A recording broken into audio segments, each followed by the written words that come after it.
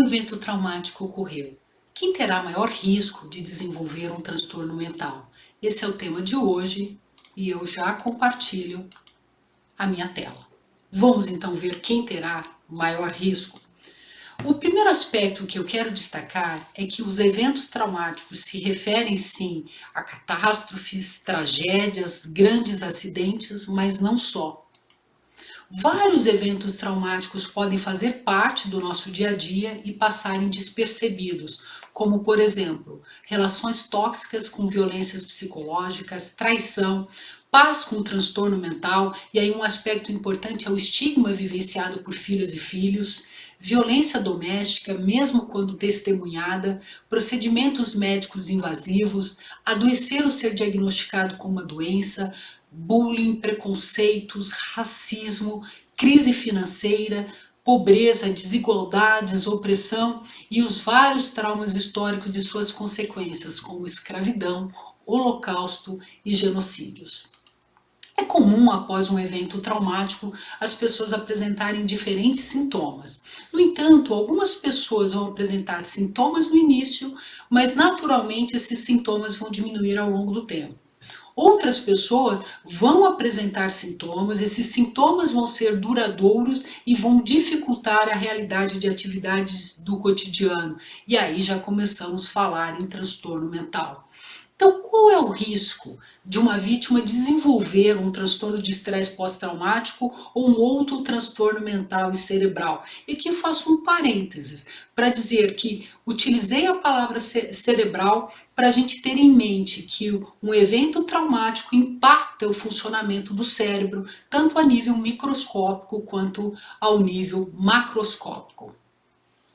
Para nós entendermos então esses riscos, é importante a gente ter em mente o modelo de Ates e Stress. Esse é um modelo que foi desenvolvido no final da década de 70 para explicar esquizofrenia, mas que é bastante fundamentado e utilizado até hoje. Então, de acordo com esse modelo de Zubin e Spring, o que a gente tem? O que favorece o desenvolvimento de um transtorno mental é uma interação entre a vulnerabilidade do indivíduo, por exemplo, fatores genéticos, e estresses ambientais, como experiências adversas na infância, estresses traumáticos e mesmo pequenos estresses que vão ocorrendo e tendo um efeito cumulativo. E aqui então vale lembrar que nós não falamos que a vulnerabilidade e os fatores ambientais causam transtorno mental, mas que a interação entre eles favorece o desenvolvimento de um transtorno mental. Eu gosto bastante dessa representação do modelo que nos ajuda a sedimentar ainda mais a proposta do modelo. Então, o que nós temos aqui, né? A parte escura está representando vulnerabilidade, a parte clara do líquido está representando estresse e a linha, o desenvolvimento ou não de transtorno mental. Então, na primeira figura, a gente verifica que a vulnerabilidade e interação com esse nível de estresse não foi suficiente para o desenvolvimento de um transtorno mental. Nesse segundo exemplo, olha que nós temos a mesma vulnerabilidade, mas como o estresse foi maior, teve o desenvolvimento do transtorno mental. E nessa terceira figura, observe que o nível, a intensidade, o tamanho do estresse foi o mesmo do anterior, mas a vulnerabilidade não era grande, então não tivemos o desenvolvimento do transtorno mental. É importante também destacarmos para entendermos, né, o risco de alguém desenvolver um transtorno mental após um evento traumático. É importante nós avaliarmos quais fatores de risco estavam presentes. E o que é um fator de risco? É algo que pode favorecer a continuação duradoura dos sintomas. Ou, usando um termo da estatística, que aumenta a probabilidade que isso ocorra. Então, dentre esses fatores temos se a vítima ela sentiu horror, impotência ou medo extremo durante o evento, se ela foi ferida, se ela viu outra pessoa ferida ou morta. E aqui vale lembrar que algumas pessoas, mesmo sem viver diretamente o evento traumático, podem desenvolver um transtorno mental por ter visto alguém vivenciar o evento, por ter ouvido sobre ou por trabalhar com vítimas de trauma. Outro fator de risco é ela ter tido pouco ou nenhum apoio social após o evento.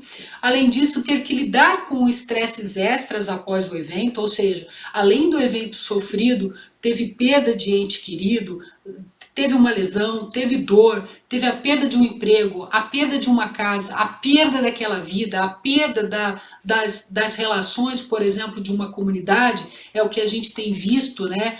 Como nos casos de Brumadinho, nos casos de Mariana, de Petrópolis e tantas outras situações.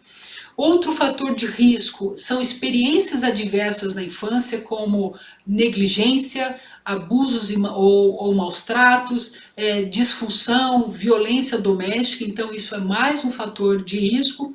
E outro, ter um histórico de transtorno mental ou abuso de substâncias.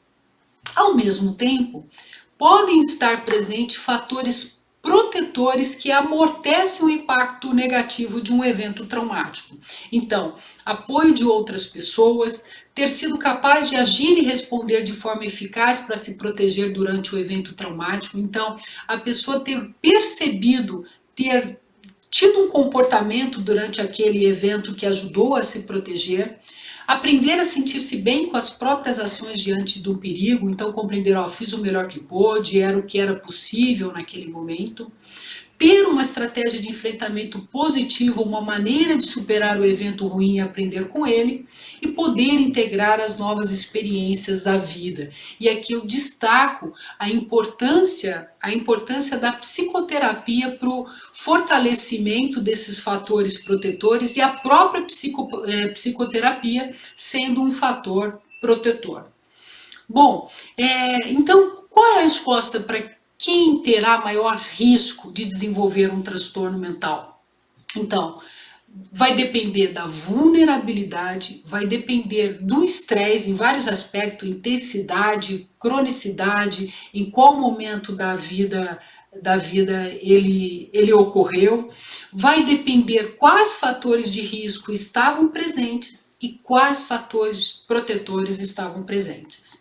Esse é mais um tema dentro do projeto Conhecimentos Científicos para Melhores Julgamentos Clínicos, porque o cérebro comete erros. Um dos objetivos desse projeto é que a gente possa olhar para diferentes temas, não do lugar do senso comum ou do lugar do gosto, da opinião pessoal, mas que a gente possa olhar para o conhecimento científico que tem sido produzido ao longo de séculos e que não, é claro, né, que esse conhecimento está sujeito a erro, mas ele está menos sujeito a erro do que o nosso gosto pessoal. Bom, termino por aqui e encontro você em breve em um outro tema do nosso interesse. Até mais!